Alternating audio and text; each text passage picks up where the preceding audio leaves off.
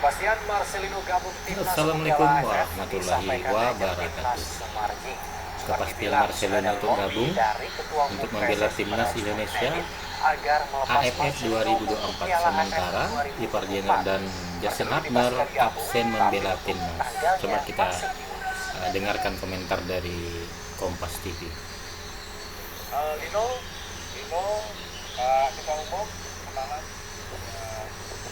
saya.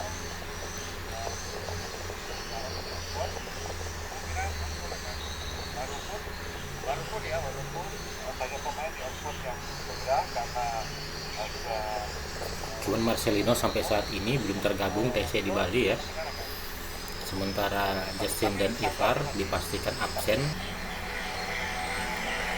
Kabar kurang sedap menerpa timnas Indonesia yang bersiap mengarungi Piala AFF 2024 di awal bulan Desember. Dengan materi pemain yang mayoritas mengandalkan pemain Inilah timnas sulitnya U22, kalau pemain turnamen itu bukan agenda Ivar FIFA. Jenner dan Jadi Justin klub Hubner tidak punya yang kewajiban digadang-gadang untuk jadi melepas. backbone tim Garuda Muda gagal bergabung ke timnas Piala AFF. Manajer timnas yang juga kepala badan timnas, Sumarji bilang, klub tidak melepas Ivar dan Hubner untuk membela timnas di Piala AFF. beberapa pemain yang akrab memang mereka kemungkinan tidak bisa datang seperti Messi juga sampai di hari ini belum ada kabar, kemungkinan juga tidak bisa datang. Lantas ada Sementara Rafael itu dipastikan di perempat final ya, baru bisa memperkuat timnas. Itu sudah ada keputusan dari klubnya dia yang saat ini berlaga di Liga Australia. adanya beberapa pemain yang dimungkinkan April tidak bisa datang, tentu kan tidak bisa apakah membawa Walaupun didominasi U22, Indonesia tetap mencampur pemain-pemain yang udah senior. Ya, pemain-pemain senior tadi walaupun usianya masih di bawah Pengamat sepak bola, U23 ya. Wesley Hutagalung menilai kondisi timnas U22 di Piala AFF 2024 adalah ujian bagi pelatih timnas Sinteyong. Wesley juga bilang kondisi liga yang masih bergulir hingga turnamen AFF yang memang bukan agenda FIFA disinyalir jadi penyebab pemain abroad tidak dilepas klub. Ini sebenarnya ujian bagi SPY karena saya melihat PSSI masih malu-malu untuk mengatakan mereka mau juara AFF atau tidak. Dengan menurunkan pemain muda, sebenarnya kan tetangga-tetangga kita udah bisik-bisik nih bahwa Indonesia kok nggak serius lihat AFF yang memang bukan termasuk ke kalender FIFA. Tapi dengan kita konsentrasi menuju Piala Dunia di kualifikasi 3, wajar kalau kemudian kita melihat melompat ke sana dan menurunkan pemain muda karena kompetisi di dalam negeri masih berlangsung. Di Piala AFF 2024, timnas Indonesia berada di grup B bersama tim kuat Vietnam, Myanmar, Laos, dan Filipina. Indonesia akan memulai laga pada 9 Desember dengan tandang ke Myanmar. Tim Liputan, Kompas TV. segera membahas soal kekuatan timnas Indonesia di Piala AFF setelah Ivar Jenner dan Hubner ini gagal bergabung. Kita sudah bersama dengan pengamat sepak bola Roni Pangemanan. Selamat malam, Bung Ropan. Bung Ropan, kita sudah tahu komposisinya timnas ini akan seperti sangat apa sering sekali dengan saya materi reaksi ya. pemain Terima timnas kasih Bung U22 Ropan. yang ada. Dia selalu memberikan Bagaimana kita menurut Anda informasi yang kekuatan valid timnas di ya. Piala AFF? Iya, saya pikir kalau memang Ivar Jenner tidak bisa datang, ya tidak bisa bergabung, termasuk dengan Justin Hubner, ini agak berat. Apalagi kalau kita punya ambisi, target kita harus ke final dan menjadi juara. Mengingat tim-tim lain, itu termasuk Vietnam, yang ada di grup kita, di grup B, Myanmar, Laos menurunkan pemain-pemain terbaik mereka, ya termasuk dengan Filipina juga. Sehingga ini yang mengurangi. Saya pikir kalau ada dua pemain ini cukup bisa membantu, terutama Ivar di tengah, dan juga dengan Justin Hubner bisa menggalang pertahanan dengan baik bersama dengan Muhammad Ferrari di belakang atau dengan Kadek Arel. Tapi kedatangan dia ini agak sulit buat saya ya. Terlepas dari Marcelino juga ada, tapi pasti akan kerja keras. Tapi yang jelas Karena kita ini tim muda. Ya, timnas sebaiknya tidak menurut mempunyai saya target ini tim di yang Piala hanya AFF ini mencari pengalaman karena dia aja, menurunkan karena kan ini disiapkan tim untuk U22 ya. 2024 Karena sementara tim senior Thailand. itu masih Dan untuk kita persiapan jangan terlalu berekspektasi terlalu tinggi sebenarnya. kualifikasi Piala Kecuali Dunia. Rafael Struijk ada, Ivar Jenner ada, dan Justin Hubner ada, bisa ada keseimbangan di dalam tim ini. Begitu, Bu.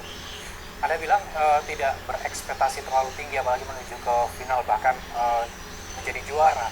Apakah dengan Ya. kondisi ini STY perlu memanggil pemain lagi untuk menggantikan posisi Ivar dan Hamdan? Ya saya pikir sudah riskan ya, karena kita terakhir itu tanggal 4 harus balik ke Jakarta setelah dari Bali. Tanggal 3 ada pertandingan uji coba dengan rencana dengan Bali United. Tanggal 5 sudah berangkat ke Myanmar. Untuk bisa menambah pemain semua tergantung dari STY ya. Tetapi saya rasa ini agak sulit ya. Dia harus bisa mengoptimalkan pemain-pemain yang ada saat ini yang sudah ikut TC di Bali. Nah, pemain-pemain yang ada sebenarnya cukup kalau untuk di starting 11. Tetapi keseimbangan tim itu dengan pemain yang ada di bench, sedangkan untuk masuk, katakan misalnya Asnawi tidak bisa bermain atau cedera, Pratama Arhan, Marcelino, yang masuk menggantikan itu kan levelnya jauh. Benar. Karena mereka sudah bermain di level senior yang saya bilang tadi. Kalau starting 11 saya masih yakin, semoga mereka itu tidak cedera, baik-baik saja, sehingga STY bisa mengandalkan mereka dari satu pertandingan ke pertandingan yang lain.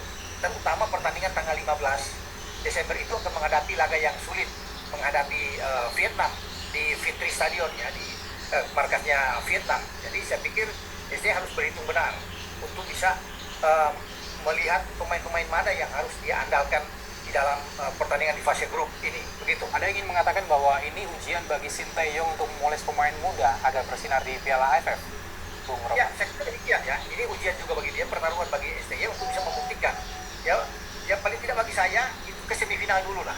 Kalau ke semifinal kan itu artinya ada sesuatu yang bagus untuk kita bisa berandai-andai bisa lolos ke final.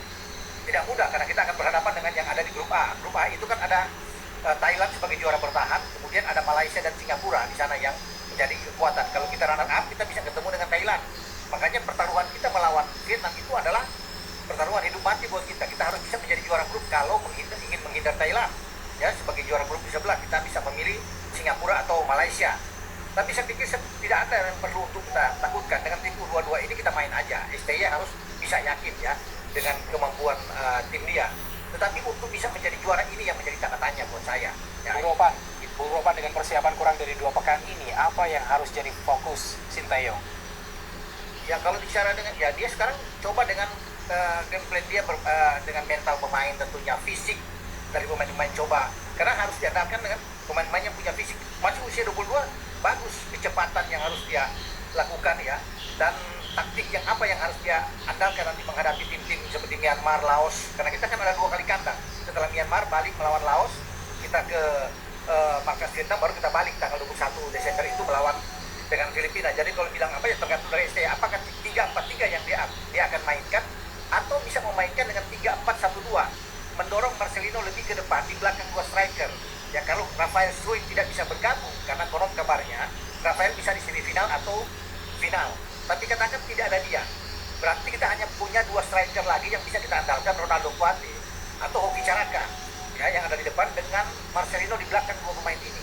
Nah 4 di belakang Marcelino itu ya tentunya Pratama bisa ada di kanan, di kiri, kemudian Asnawi ada di kanan, dan ada Arkan Fikri bersama dengan Sanadin Faris untuk menggalang 2 gelandang kita untuk bisa mengatur ritme di tengah. Itu dengan 3 back ya, Ferrari yang ada di belakang. Kalau tidak ada Yasin Hotner, yang pasti si Ferrari bisa aja Kakang Rudianto, Kadek Arya yang bisa ya, gitu mas. Artinya dengan kehadiran Marcelino, Arhan, dan Asnawi ini tentu bisa mendongkrak mental pemain muda yang lain.